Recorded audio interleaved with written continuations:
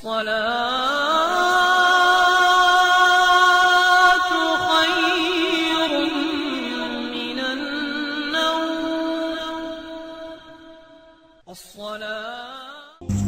باللہ من الشیطان الرجیم، بسم اللہ الرحمن الرحیم۔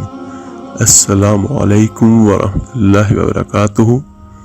میرے عزیز بھائیوں بہنوں اور بچوں، ایک صحابی آقا کریم صلی اللہ علیہ وآلہ وسلم کی خدمت میں حاضر ہوتے ہیں اور عرض کرتے ہیں، یا رسول اللہ صلی اللہ علیہ وآلہ وسلم، زمانہ جاہلیت کے دو واقعات ہیں۔ ایک واقعے کے متعلق جب میں سوچتا ہوں تو میری ہنسی نہیں رکتی، اور دوسرے واقعے کے متعلق سوچتا ہوں تو میرے آنسو نہیں تھمتے۔ تو میرے آقا کریم نے فرمایا، وہ کون سے واقعات ہیں؟ تو وہ صحابی عرض کرتا ہے، یا رسول اللہ صلی اللہ علیہ وآلہ وسلم، زمانہ جاہلیت میں ایک مرتبہ میں ایک سفر پر جا رہا تھا۔ ایک بت تھا میرے پاس جس کی میں پوجا کرتا تھا اور میں اس کو اپنا معبود سمجھتا تھا۔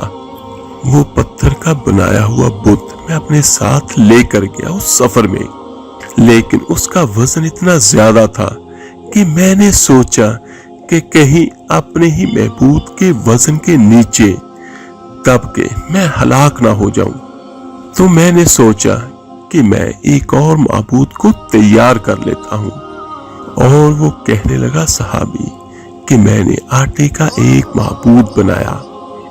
چونکہ آٹے کا وزن کم ہوتا ہے اور پتھر بہت بھاری ہوتا ہے، اور وہ کہنے لگے کہ میں نے آٹے کا ایک معبود بنایا کہ میں اس کو ساتھ لے جاؤں گا اور اس کی پوجا کرتا رہوں گا۔ تو کہنے لگے کہ میں اس کو اپنے ساتھ لے کر گیا اور راستے میں اس کی پوجا کرتا، اس کی عبادت کرتا، معاذ اللہ۔ اور پھر وہ کہنے لگے کہ ایک وقت آیا جو زیادہ راہ میں ساتھ لے کر چلا تھا سفر میں، وہ سارا ختم ہو گیا۔ کچھ وقت کے لیے تو میں نے بہت برداشت کیا، مجھے بہت بھوک لگی تھی۔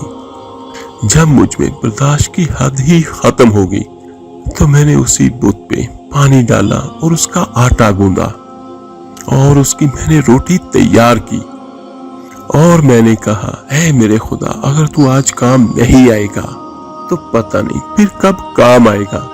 اور میں نے اس کو کھا لیا اور کہنے لگا، یا رسول اللہ صلی اللہ علیہ وآلہ وسلم، جب بھی میں اس اپنے باطل محبوب کو یاد کرتا ہوں تو میری ہنسی نہیں رکتی۔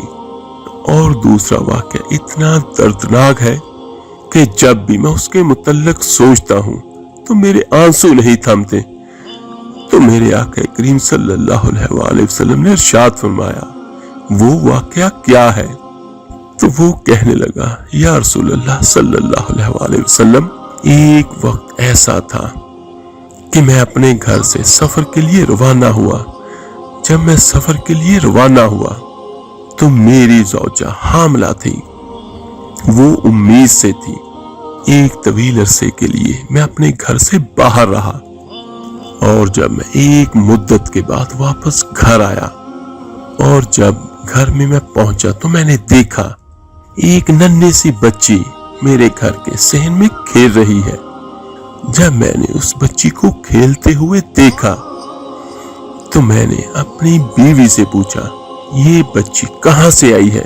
تو اس نے ڈر و خوف کی وجہ سے کہا، کیونکہ وہ جانتی تھی کہ یہ عرب کا معاشرہ ہے اور یہ وہ لوگ ہیں جو اپنی بیٹیوں کو زندہ دفن کر دیا کرتے ہیں۔ وہ بڑی ڈرتی ڈرتی کہنے لگی، خوف زدہ ہو کر، کہ یہ آپ کی بیٹی ہے۔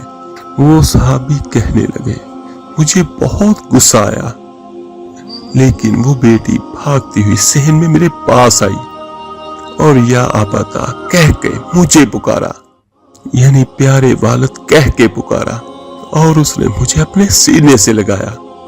وہ کہنے لگا کہ اس وقت تو مجھے بہت پیار آیا، بہت محبت میرے دل میں پیدا ہوئی، اور میں نے اپنی بیٹی کو زندہ دفن کرنے کا ارادہ ترک کر دیا کہ میں اسے اب زندہ دفن نہیں کروں گا۔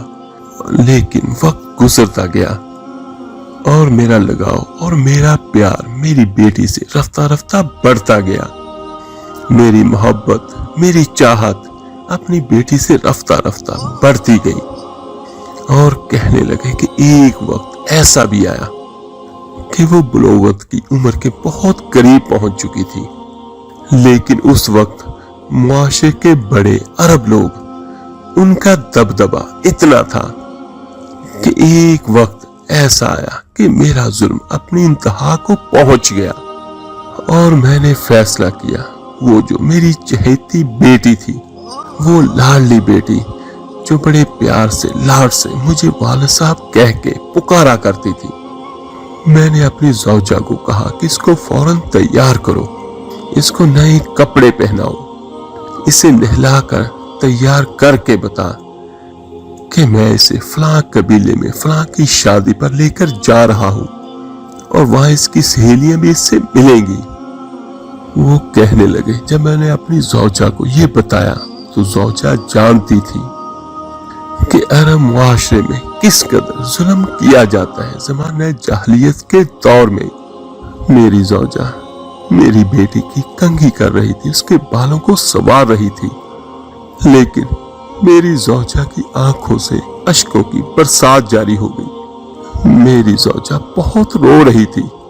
میری بیٹی نے بڑے پیار سے پوچھا، اے میری والدہ، اے میری ماں، آپ کیوں رو رہی ہو؟ تو اس ماں نے بتایا نہیں، کیونکہ وہ ماں جانتی تھی اگر بتا دیتی تو اس کا باپ اس کو بھی قتل کر دیتا، کیونکہ معاشرہ ہی ایسا تھا۔ میری زوجہ نے میری بیٹی کو تیار کیا، اور تیار کر کے جب وہ دروازے پہ آئی تو میری زوجہ نے ایک جملہ کہا۔ اس نے کہا، اے مرد، اللہ کی امانت کو ضائع نہ کرنا، اے انسان، یہ اللہ کی امانت ہے، اسے ضائع نہ کرنا، اسے برباد نہ کرنا۔ تو وہ کہنے لگے کہ میری زوجہ نے جب روتے ہوئے یہ جملے کہے تو وہ کہنے لگے کہ میری ننھی سی بچی بھی ان باتوں کو سن رہی تھی۔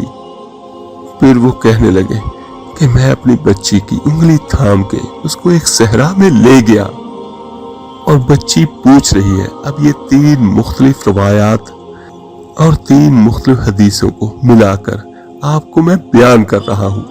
وہ کہنے لگے کہ میری بیٹی مجھ سے بار بار پوچھتی، اے میرے والد صاحب، جس قبیلے میں آپ مجھے لے جانے والے تھے، یہ رستہ تو اس قبیلے کو نہیں جاتا، آپ مجھے کہاں لے جا رہے ہیں؟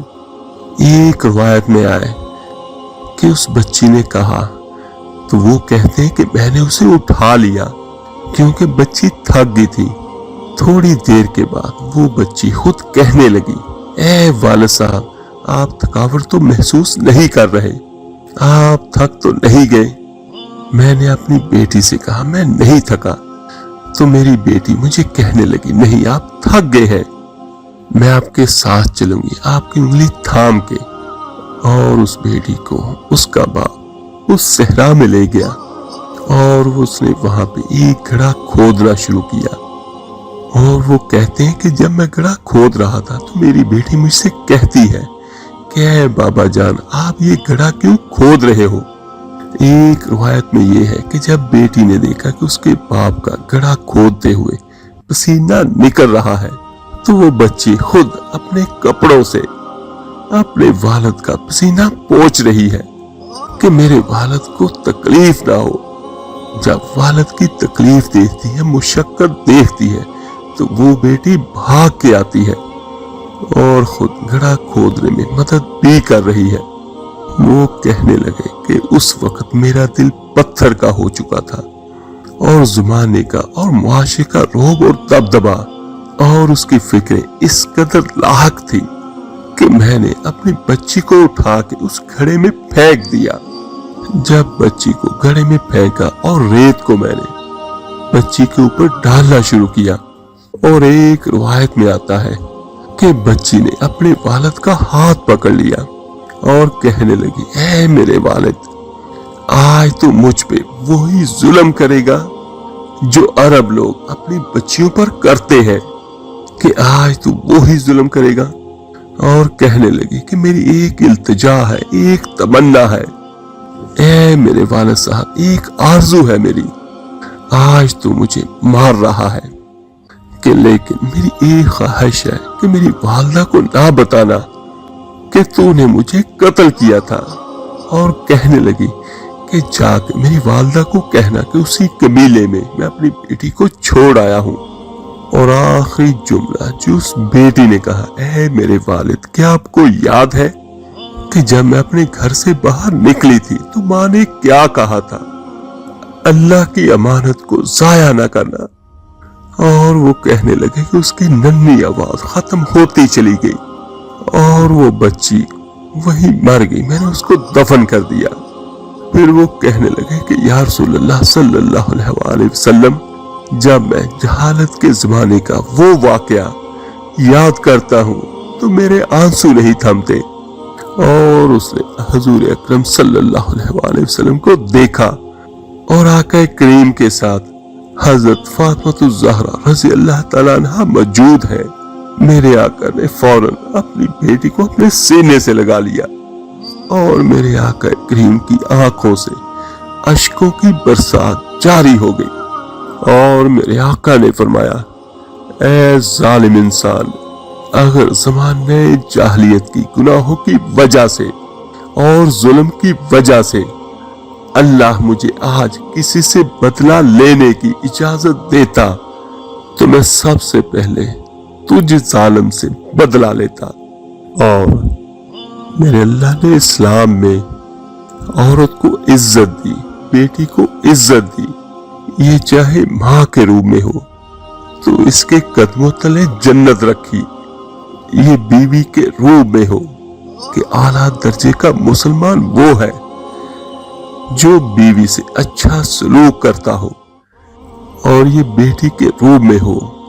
ایک بیٹی کی شادی کرنے پر نبی کے ساتھ ایسے ہیں جیسے دو انگلیاں ہاتھوں کی ایک ساتھ ہو۔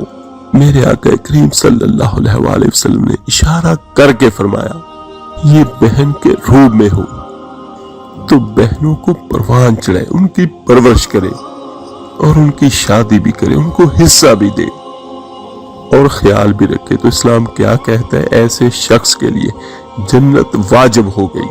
میرے عزیز بھائیو، اسلام کیا کہتا ہے؟ اگر پہلی بیٹی پیدا ہو اور خاوند بھی خوشی منائے اور بیوی بھی خوشی منائے تو آسمان سے ایک فرشتہ اترتا ہے جس کے سبب زمرد کے پر ہوتے ہیں، اور وہ اس ماں اور اس بچی پر اپنے پروں کو پھیلا دیتا ہے اور کہتا ہے، تو بھی کمزور ہے، جس کو تو نے جنا ہے وہ بھی کمزور ہے، جو تم دونوں پر خرچ کرے گا اللہ اس کا ساتھی ہو جائے گا۔ سبحان اللہ۔ تو دیکھیے، اگر ایک چھوڑ 1000 بیٹے بھی پیدا ہو تو کوئی فرشتہ آسمانوں سے نہیں اترتا، اور بیٹی پیدا ہو تو یوں فرشتے نازل ہوتے ہیں۔ تو اللہ تعالیٰ کی طرف سے جب اسلام کا نور آیا تو عورت کو عزت ملی، اور ہر رشتے اور روپ میں اس کو ایک عالیشان مقام عطا کیا کہ یہ کھلونا نہیں ہے اور تمہاری ہوس کو پورا کرنے والا کا آلہ نہیں ہے، اللہ نے اس کو عزت دی ہے، اور ہر رشتے میں اس کو عزت دو۔ علماء اکرام فرماتے ہیں کہ انسان کے جسم کا دایاں حصہ زیادہ افضل ہے بائیں سے، لیکن اللہ تعالیٰ نے اماں حوا علیہ السلام کو بائیں طرف سے پیدا فرمایا، یعنی حضرت آدم علیہ السلام کی بائیں پسلی سے اماں حوا کو پیدا فرمایا تھا۔ تو اس کی وجہ کیا کہ بائیں طرف دل ہوتا ہے۔ تو اس میں ایک پیغام دیا میرے اللہ نے کہ عورت کسی بھی رشتے میں ہو اس کی جگہ دل کے قریب ہونی چاہیے، بائیں طرف سے پیدا کرنے میں یہ پیغام ہے۔ اور پھر ایک اور جگہ پر میرے آقا کریم صلی اللہ علیہ وآلہ وسلم نے فرمایا، جس کو اللہ نے 3 بیٹیاں دی اور اس نے ان کی پرورش کی اور ان کی شادی کر دی تو وہ جنت میں میرا ساتھی ہو جائے گا۔ تو ایک صحابی رسول نے عرض کی، یا رسول اللہ صلی اللہ علیہ وآلہ وسلم، اگر کسی کی 2 ہو تو میرے آقا کریم نے فرمایا، جو 2 بیٹیوں کی بھی شادی کرے گا وہ بھی جنت میں میرا ساتھی ہوگا۔ اور ایک صحابی نے فرمایا یا رسول اللہ صلی اللہ علیہ وآلہ وسلم، جس کی صرف ایک ہی بیٹی ہو؟ تو میرے آقا کریم نے فرمایا سبحان اللہ کہ جو کوئی ایک بیٹی کی بھی شادی کرے گا وہ بھی جنت میں میرا ساتھی ہوگا۔ تو اس میں ایک پیغام کیا ہے میرے عزیزوں، اگر آپ 10 بیٹوں کی بھی شادی کریں تو جنت کا کوئی وعدہ نہیں۔ اور میرے آقا کریم صلی اللہ علیہ وآلہ وسلم کا فرمان ہے، اس کائنات کی مختصر سی زندگی ہے اور یہ مختصر سا ساز و سامان ہے، اور اس کائنات کی سب سے اعلیٰ ترین چیز وہ نیک بیوی ہے۔ اور میرے آقا کریم صلی اللہ علیہ وآلہ وسلم نے فرمایا حضرت علی رضی اللہ تعالی عنہ سے، علی طلاق سے بچنا، جب طلاق دی جاتی ہے تو اللہ کا عرش کانپ اٹھتا ہے۔ یہ اتنا بڑا گناہ ہے ناجائز کسی کو طلاق دینا۔ اللہ تعالیٰ سے دعا ہے اللہ تعالیٰ آپ کی، میری، ہم سب کی بیٹیوں کے نصیب اچھے کرے، ان کے مقدر اچھے کرے، اور سب بیٹیوں کو ہمیشہ ہمیشہ خوش رکھے۔ اور اللہ تعالیٰ سے دعا ہے کبھی بھی ان کی آنکھوں میں آنسو نہ آئے۔ آمین ثم آمین۔ آپ میرے لیے دعا کیجیے گا، میں آپ سب کے لیے ضرور دعا کروں گا۔ اس ویڈیو کو لائک اور شیئر ضرور کیجیے گا صدقہ جاریہ سمجھ کر۔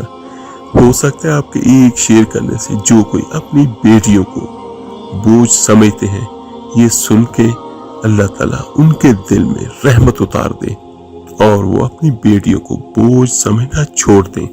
ملتے ہیں جلدی انشاءاللہ تعالیٰ ایک نئے وظیفے عمل کے ساتھ۔ اپنا بہت بہت خیال کیے گا۔ اللہ حافظ۔